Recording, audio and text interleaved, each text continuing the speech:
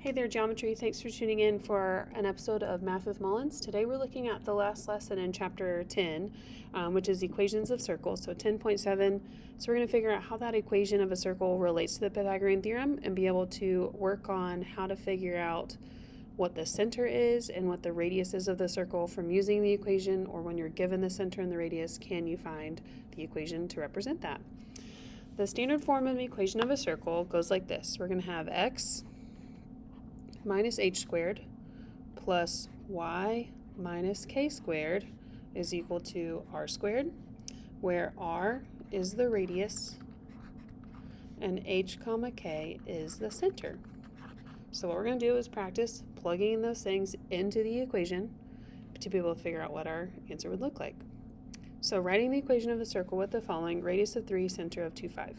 Remember, our equation looks like this: x minus h squared plus y minus k squared is equal to r squared. So I'm going to just plug in those numbers. Here's the x and y, which is my h and k. So the first part I would say would be x minus 2 squared plus y minus 5 squared, and then equals to r squared, or 3 squared. And then what I do is I go back through and just to see if I can simplify anything. X minus 2 is simplified, so is y minus 5, but 3 squared can be simplified to 9. So my final answer would be this. Here's letter B. See if you want to pause the video here and try this one on your own, and when you're ready to check, go ahead and click play. Alright, so plugging into my formula, I'm going to write x minus negative 1 squared plus y minus 4 squared is equal to the square root of 7 squared. Then we just go back through and simplify what we are given. X minus negative 1 is actually going to change to x plus 1 squared. Y minus 4 is good to go, so y minus 4 squared. And then the square root of 7 squared is just going to end up with 7, because we find the square root, but then we square it again. It's just right back to the number 7. So this would be our final answer for letter B.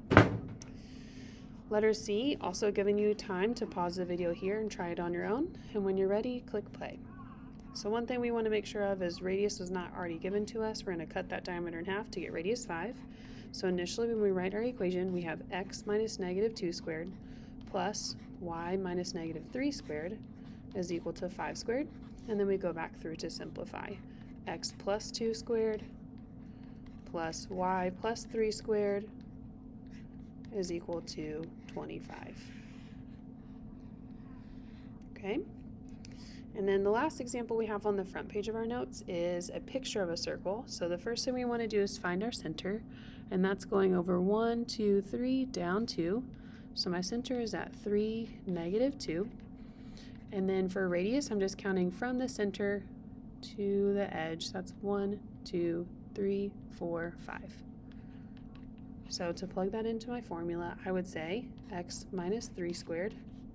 And then I'm going to go and get used to seeing if I see y minus negative 2, that's going to change directly to y plus 2 squared. And then my radius is 5, so squaring that gives me 25. So this one I'm going to get kind of used to writing down my equation simplified already.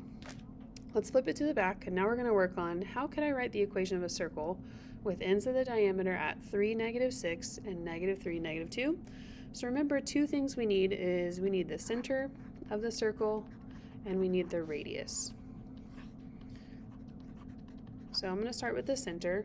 If this is my diameter, I can find the midpoint of my diameter, and that can help me find my center. So I'm going to take negative 3 plus negative 3, divide that by 2, and 6 plus negative 2, divide by 2. Negative 6 divided by 2 is negative 3, and 6 plus negative 2 is 4. 4 divided by 2 is 2. So my center is at negative 3, comma 2. This is going to help us determine one part. The next thing I'm going to do is find my radius. So one thing I can do, the long way to do this would be the distance. So I'd find the distance of diameter and then divide that by 2. There's another way we'll do it, and we'll talk about that in a second. So distance formula means I'm going to take the differences of my x's, so -3 minus -3, and then 6 minus -2. So that's 0 squared plus 8 squared, which is just 64. So the square root of 64 is 8. So if this is diameter, the radius is half of that, 4. Now, some of you might have thought, okay, if I know the center, I'm just going to travel from -3, 2 to -3, 6, and that distance would be 4 as well, because -3, 6 is an edge, or even -3, -2. So you could also find the distance from the center to one of the points. So now that I have my center and my radius, let's plug it in. X minus -3, which is x plus 3 squared, plus y minus 2 squared is equal to r squared, or 4 times 4, which is 16. Okay. Example 3, I'm going to see if you can try this one on your own. So go ahead and pause it, try it on your own, and when you're ready to check, click play. Writing the equation of a circle with a radius at center at 9, 10, and then goes through 0.74. So I already know my center, but now I need to figure out the radius. So radius can be found by going for the distance of these 2 points. So it goes through the 0.74, which means my center is at 9, 10, 7, 4 would be a point around it. So I'm just going to take the distance between those 2 points, 7 minus 9 squared plus 4 minus 10 squared, or -2 squared and -6 squared, which is 4 and 36. So I'm going to get the square root of 40 as my radius. I'm going to leave it in that square root symbol because that's going to help me a little bit easier later on. So my center is at x minus 9 squared plus y minus 10 squared, and then r squared would be the square root of 40 squared, which is just 40. So here is my equation for example 3. The last little bit are pretty easy to determine. It says identify the center and the radius of each.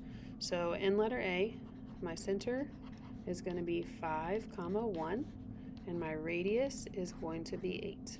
See if you can pause here and try the letter B on your own, and when you're ready to check, click play. For letter B, my center is almost the same. My center will still be the letter, for X, I'll have a 6, but then for Y, it actually will end up being a -11 because this means Y minus -11. So here is the number that I plugged in. And then for my radius, this has already been squared, so my radius would just be the square root of 58. And that's it.